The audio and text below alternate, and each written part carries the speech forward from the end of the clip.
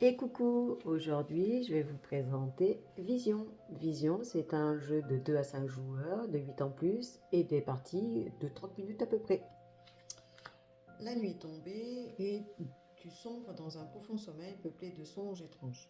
Le but du jeu, c'est assembler des songes et composer des rêves qui te permettront de marquer le plus de points avant la fin de la partie, qui arrive que quand la pioche est vide ou qu'un joueur se réveille en avance. Comment ça se passe? À deux joueurs, déjà, on va avoir une pioche qui est limitée. Euh, à deux joueurs, c'est 30. À 3, c'est 45 cartes. À 4 joueurs, c'est 60 cartes. Et à 5 joueurs, ce sera 75 cartes. Dans Vision, vous avez 5 environnements et 5 catégories. Les environnements sont les bouleaux glacés, des arts ardents, le village caché, les bois enchantés, la vallée galactique. Et au niveau des catégories, c'est le petit logo qui est à côté. Pareil, il y en a 5, il y a les attrape-rêves, les créatures mythiques, l'envol, la musique et le temps. Maintenant, comment ça se passe, comment ça se déroule? On va chacun piocher 3 cartes. 3 cartes chacun. Et en plus, à chaque joueur, on va donner une carte reflet. Et c'est là où, justement, avec un petit cube, au nombre de joueurs, donc vous le mettez selon le nombre de joueurs, voilà. Quand le premier, la partie s'arrête, c'est soit le premier arrive là, hop, il a déclenché son réveil, il s'est réveillé, la partie s'arrête, ou qu'on a vidé la pioche. On met ça, on donne aussi une petite tête de jeu et 3 cartes. Maintenant, un tour de jeu est très simple. Vous avez des cartes, vous posez une carte, vous prenez une carte. Jusque-là, il n'y a pas compliqué. Vous avez le droit de faire 2 rêves, c'est-à-dire une collection de cartes comme ceci, et vous pourrez en faire une autre de l'autre côté, mais pas plus. C'est 2, mais pas plus. Maintenant, comment on pose? On pose n'importe quelle carte, on va poser une première carte, et on va en prendre une deuxième. Quand on pose des cartes à la suite, ce sera toujours de la même couleur, ou du même environnement, ou de la même catégorie. Donc là, par exemple, j'ai posé celle-ci. Celle d'après, je serai obligée de mettre soit une carte de village caché, c'est-à-dire une carte rouge, ou je mets celle-ci et j'ai les deux logos et les mêmes couleurs. Mais vous allez comprendre, il vaut mieux pas faire ça. Donc voilà. Donc moi, j'ai posé celle-ci. Une fois qu'on l'a pris, on l'a posée, j'ai pris ma carte et on en remet une autre dans la rivière. On met 5 cartes dans la rivière.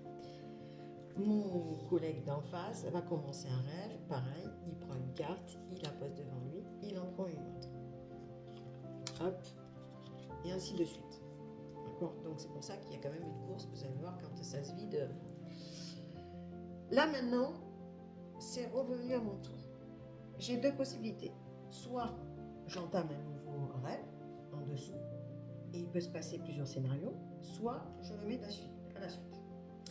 À la suite, ce qu'on peut, c'est qu'on peut faire 3 choses. On va créer un écho. Un écho, c'est des cartes de même couleur, donc de même environnement, et de même catégorie, de même créature. Imaginons que voilà, j'avais eu ça et ça.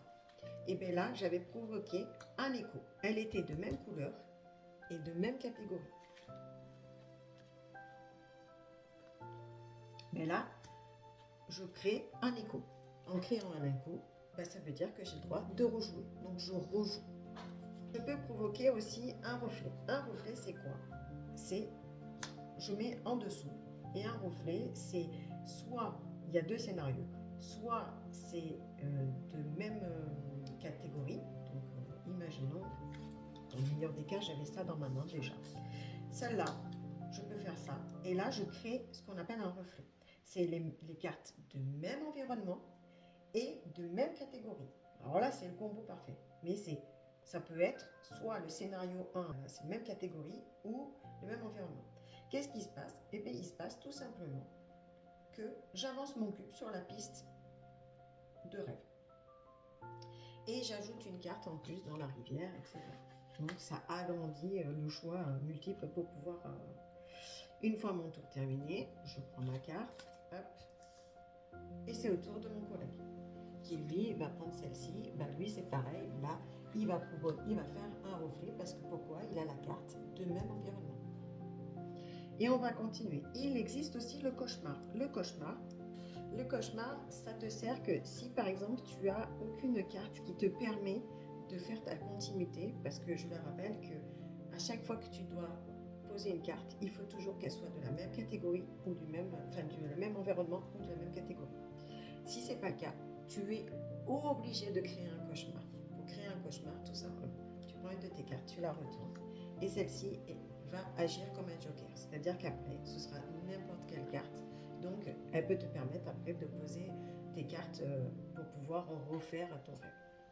À ce moment-là, donc tu as créé un cauchemar, tu voles une carte à ton collègue et ton collègue peut reprendre, ton adversaire peut reprendre. Donc là, on est 2 joueurs, donc je vais le voler que à mon adversaire. Mais si on était 5, tu choisis celui à qui tu veux voler.